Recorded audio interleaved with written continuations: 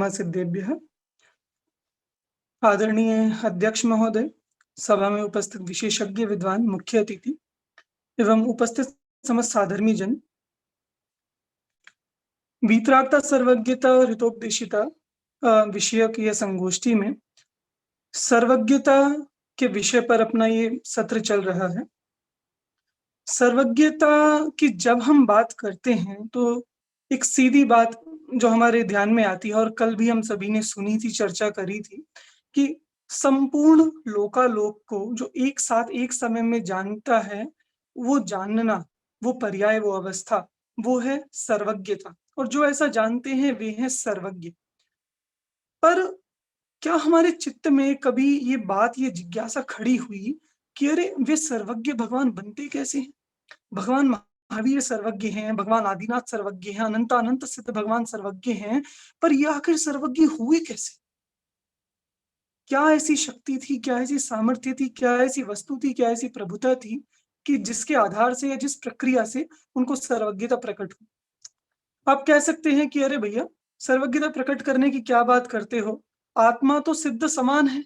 शास्त्रों में सर्वत्र ही आत्मा को सिद्ध समान कहा। तो हाँ, देखो, आत्मा सिद्ध समान शुद्ध है, तो ऐसी आत्मा सिद्ध समान सर्वज्ञ भी हो गया। पर नहीं, जब जब हम आत्मा को सिद्ध समान कहते हैं, वहां ध्यान रखना चाहिए कि आत्मा सिद्ध समान द्रव्य कर्म भाव कर्म नौकर्म से रहित, ऐसा तो हो सकता है, द्रव्य स्वभाव की अपेक्षा बात करें। पर ऐसे ही कोई कहे कि आत्मा सिद्ध समान सर्वज्ञ है, सो कहना योग्य नहीं है। इसी कारण से सर्वज्ञता में और सर्वज्ञत्व शक्ति में, इन दोनों में अंतर है। आत्मा स्वभाव से द्रव्य से सर्वज्ञत्व शक्ति संपन्न है, सर्वज्ञता संपन्न नहीं है। यदि हम आत्मा को वर्तमान में ही सर्वज्ञता संपन्न मानेंगे तो ये निश्चयाभास जैसी भूल होगी, जिसका भली भांति निराश पंडित टोडरमल जी ने मोक्षम प्रकाशक में किया है। और अवश्य ऐसी मान्यता कि सर्वज्ञता तो आत्मा के प्रदेशों में है और वो आवरण की वजह से, कर्म आवरण की वजह से प्रकट नहीं होती, ऐसी मान्यता वस्तुतः श्वेतांबर मत सम्मत है, जिसका उल्लेख गुरुदेव श्री ने भी प्रवचन रत्नाकर भाग 11 में सर्वज्ञत्व शक्ति के प्रवचन में किया है और उसी का निषेध पंडित टोडरमल जी ने भी किया है। इसीलिए इस बात का तो निष्कर्ष ये है कि सर्वज्ञता वर्तमान में प्रकट नहीं है, अवस्था रूप में नहीं है। तो फिर सर्वज्ञता, सर्वज्ञत्व शक्ति का आत्मा में क्या अर्थ हुआ? देखिए, हम जब दर्शन और ज्ञान की बात करते हैं, दृश्य और ज्ञप्ति शक्ति की बात करते हैं, तो आत्मा का ज्ञान स्वभाव, जानना स्वभाव, इसमें तो किसी को कोई बाधा नहीं है। स्पष्ट है, भली भांति हमारा अनुभव गोचर है, अनुभव में आ रहा है कि देखो, हमारा भी जानना, देखना, ज्ञान दर्शन चल रहा है। प्रश्न कहाँ खड़ा होता है कि अरे आत्मा में ज्ञान शक्ति तो है, जान तो रहा है, पर सर्वज्ञत्व कि सबको जान रहा है, ऐसा आप कैसे कह सकते हो? आप ये कहो कि आत्मा इसे जान रहा है, आत्मा इसे जान रहा है, इसे जान रहा है, ठीक है, इन विषयों को जान रहा है, कह दो, कोई दिक्कत नहीं। पर आत्मा सबको जान रहा है, यह आप कैसे कह सकते हो? ये प्रश्न का विषय बन जाता है। इसके साथ ही मैं इतना और स्पष्ट करना चाहूंगा कि सर्वज्ञता, सर्वज्ञत्व शक्ति वास्तव में शक्ति है, वो गुण नहीं है। गुण और शक्ति में, जिसे शक्ति कहें या स्वभाव कहें, सामर्थ्य कहें, दोनों में एक छोटा सा अंतर है। गुणों का प्रति समय परिणमन है, पर शक्ति उन गुणों की उत्कृष्ट अवस्था का नाम है। उदाहरण के लिए, आत्मा में ज्ञान का प्रति समय परिणमन हो रहा है, पर सर्वज्ञता का प्रति समय परिणमन नहीं है। सर्वज्ञता उस ज्ञान की उत्कृष्टता का नाम है। जैसे श्रद्धा है, ये आत्मा का गुण है। सम्यक्त्व है, ये आत्मा की शक्ति है। सुख है, ये आत्मा का गुण है, और अनंत अव्ययवाद सुख ये आत्मा की शक्ति है। वीर्य आत्मा का गुण है और अनंत वीर्य आत्मा की शक्ति है। ऐसे ही ज्ञान, प्रति समय जानना, ये आत्मा का गुण है, जिसकी प्रति समय पर्याय हो रही है। पर आत्मा सबको जाने, लोकालोक को युगपत जाने की, हाँ, पर ये आत्मा का परिणमन नहीं है, ये आत्मा की शक्ति है, स्वभाव है, सामर्थ्य है। तो आप कहोगे भैया, सामर्थ्य तो फिर अल्प ज्ञान भी है। यदि आप पूर्ण ज्ञान को सामर्थ्य कहते हो तो थोड़ा जानना भी तो सामर्थ्य ही है कि हाँ, एक गुण का त्रिकालवर्ती परिणमन होता है, अनादि अनंत परिणमन होता है। जो जो उसकी अवस्थाएं होती हैं, वे सब अवस्थाएं उस गुण में सामर्थ्य रूप से, शक्ति रूप से विद्यमान है, जिसे हम आत्मा की शक्तियां कहते हैं। अब वो आत्मा, ये ज्ञान कभी परिणमता परिणमता बहुत अल्प भी हो जाए, कभी परिणमता परिणमता बहुत अधिक भी हो जाए, ये सारी अवस्थाएं ज्ञान में पड़ी हैं। पर जो अधिक रूप परिणम सकता है वो अल्प रूप तो परिणम सकता ही है। इसीलिए किसी भी गुण की उत्कृष्ट अवस्था को, सर्वोत्कृष्ट दशा को उसकी शक्ति कहा जाता है। ऐसे ही ज्ञान की सर्वोत्कृष्ट दशा कि वह संपूर्ण लोकालोक को युगपत जान सकता है, यह उसका गुण नहीं है, ये वस्तुतः उसकी शक्ति है, स्वभाव है, सामर्थ्य है, जो ज्ञान के द्वारा ही प्रकट होती है। पर प्रश्न अब ये बनता है कि इस सर्वज्ञता स्वभाव की हम आत्मा में सिद्धि कैसे करें? हम कैसे माने कि ये जो जानना हो रहा है ये लोकालोक को युगपत जान सकता है? वस्तुतः देखा जाए तो जब हम सर्वज्ञ सिद्धि करते हैं, जो कल की चर्चा में भी सर्वज्ञ सिद्धि की बात आई थी। आपने सर्वज्ञ सिद्धि की, वो ही आत्मा के सर्वज्ञ स्वभाव की सिद्धि हो गई। क्यों? जैसे कोई लकड़ी है, हमने कहा कि इसमें आग है या नहीं, कैसे पता चलेगा? कि भाई जला के देख लो, पता चल जाएगा आग है या नहीं। दूध है, बताओ इसमें घी है या नहीं? कि भैया निकाल के देख लो, पता चल जाएगा घी है या नहीं। मतलब करके देख लो, साफ-सीधा पता चल जाएगा कि उसमें है। और जिन्होंने निकाला है तो पता चल जाता है कि उसमें घी है।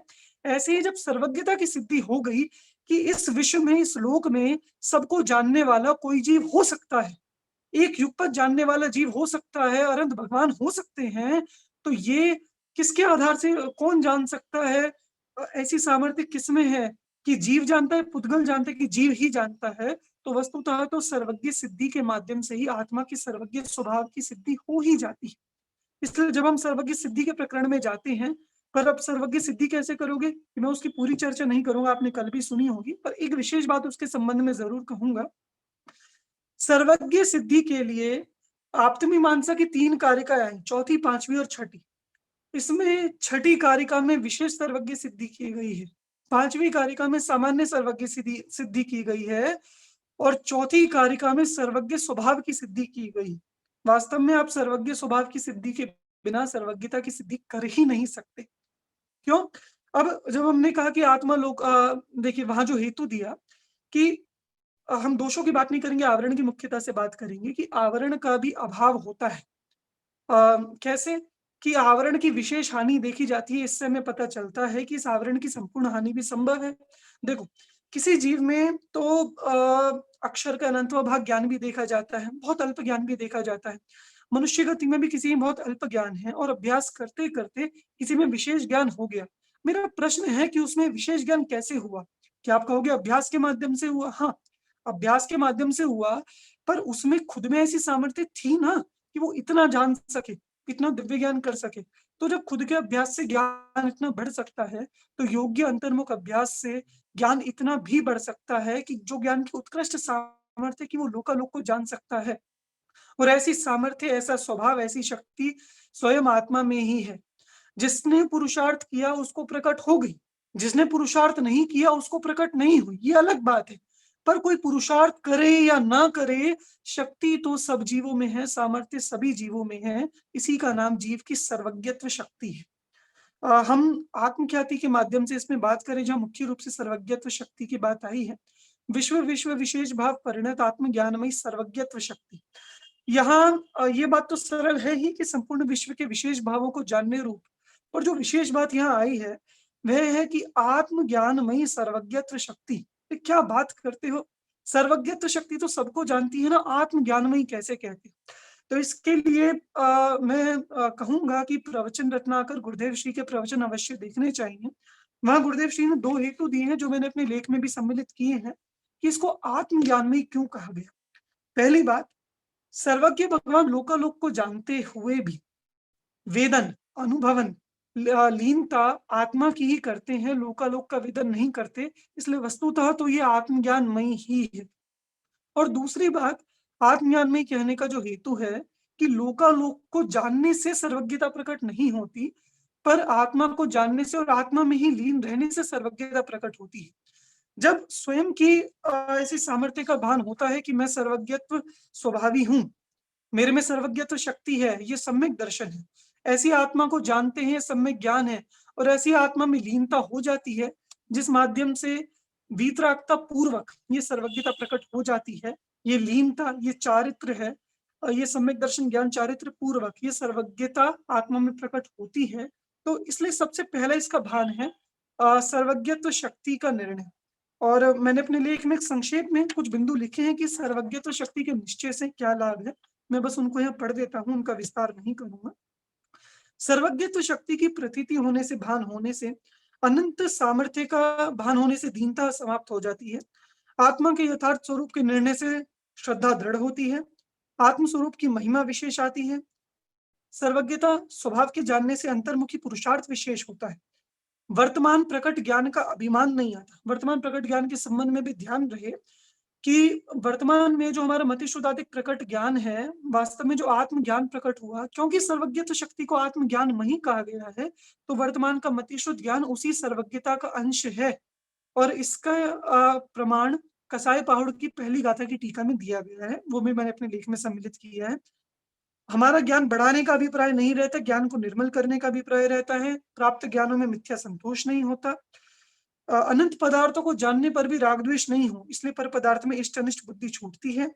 ये लुब्धता हमारी निवृत्त होती है, पर की महिमा घटती है। राग द्वेष विभावों की हमें निस्सारता भाषित होती है और देह से हमें भेद ज्ञान और अधिक पुष्ट होता है। इस प्रकार जब हमें निर्णय हुआ कि मैं सर्वज्ञ स्वभावी हूं, तब देह से भिन्न इस सर्वज्ञ स्वभावी का श्रद्धान ज्ञान करके और इसमें लीनता का विशेष पुरुषार्थ करके उस सर्वज्ञता को हम प्रकट करें। इस भावना के साथ मैं अपनी चर्चा यहीं पूरी करता हूँ। जय जी। हाँ, आदरणीय अभय पंडित साहब हमारे साथ जुड़े हुए हैं विशेषज्ञ वक्ता के रूप में। जो भी इस विषय पर और भी जो चर्चा आगे होगी वो आदरणीय पंडित साहब यहाँ पे लेंगे जी।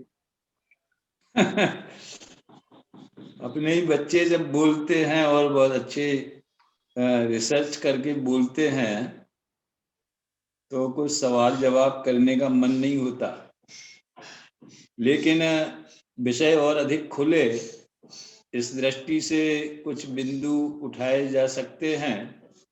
मैं दो बिंदु उठाना चाहूंगा। एक तो सर्वज्ञ स्वभाव की सिद्धि के बिना सर्वज्ञता की सिद्धि नहीं होती, ऐसा एक वाक्य आया था। तो इसमें ये बात विचारणी है कि सिद्धि यानी साध्य और किससे करना है यानी हेतु। तो वास्तव में तो सर्वज्ञता यानी सर्वज्ञ पर्याय, सर्वज्ञता रूप परिणमन जो है उससे स्वभाव की सिद्धि होती है, अन्यथा अनुपत्ति। यदि स्वभाव ना होता तो सर्वज्ञता कैसे उत्पन्न कैसे होती। तो जब सिद्धि की बात आती है तो हमें सर्वज्ञ दशा से सर्वज्ञता की सिद्धि की जाती है, ये इस पॉइंट पे सोचना चाहिए। जैसे मम स्वरूप है सिद्ध समान, तो सिद्ध तो आगम से युक्ति से समझ लो हमारे ज्ञान में निर्णय होवे तो अपने स्वरूप का निर्णय होवे। स्वरूप के निर्णय से सिद्ध का निर्णय नहीं, स्वरूप के अनुभव से तो सिद्धत्व की प्राप्ति होगी। तो सर्वज्ञता स्वभाव से तो सर्वज्ञ शक्ति से तो सर्वज्ञता पर्याय में प्रकट होगी, लेकिन वो शक्ति है ये उस प्रकट पर्याय ने सिद्ध कर दिया। इसके लिए गुरुदेव लड़ी पीपल का उदाहरण देते हैं कि उसमें 64 फुटी चरपराहट भरी है। वो कैसे पता चलती है कि जब उसको उस आयुर्वेद की पद्धति से बराबर उसको पीसा जाता है तब वो प्रकट होती। तो प्रकटता से शक्ति रूप स्वभाव की सिद्धि होती है, ये सोचने की बात है।